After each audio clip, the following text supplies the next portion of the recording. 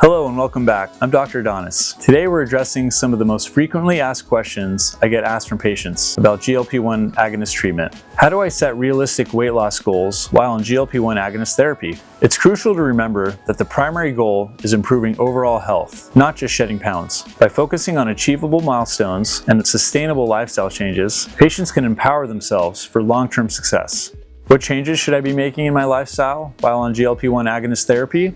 Incorporating regular physical activity and being mindful to make healthy dietary choices are key. Finding an exercise routine you enjoy and adopting a balanced diet rich in fiber, fruits, vegetables, and lean proteins can complement the effects of GLP-1 agonists and enhance weight loss efforts. Is it true that GLP-1s can cause you to lose muscle mass?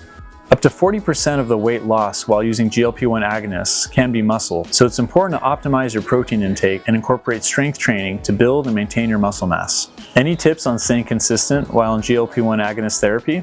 Adherence to medication is another vital aspect of treatment success. My main suggestions for consistency would be establishing a daily routine, setting reminders, and openly discussing any concerns with your healthcare provider. What are the side effects of GLP-1 agonist therapy?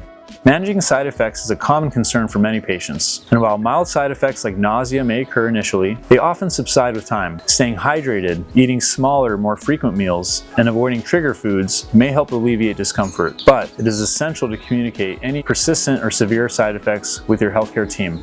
Thanks for joining me today. If you have any questions or topics you'd like us to cover, feel free to leave them in the comments below. And don't forget to subscribe to stay updated on more helpful content. Until next time, take care and stay healthy.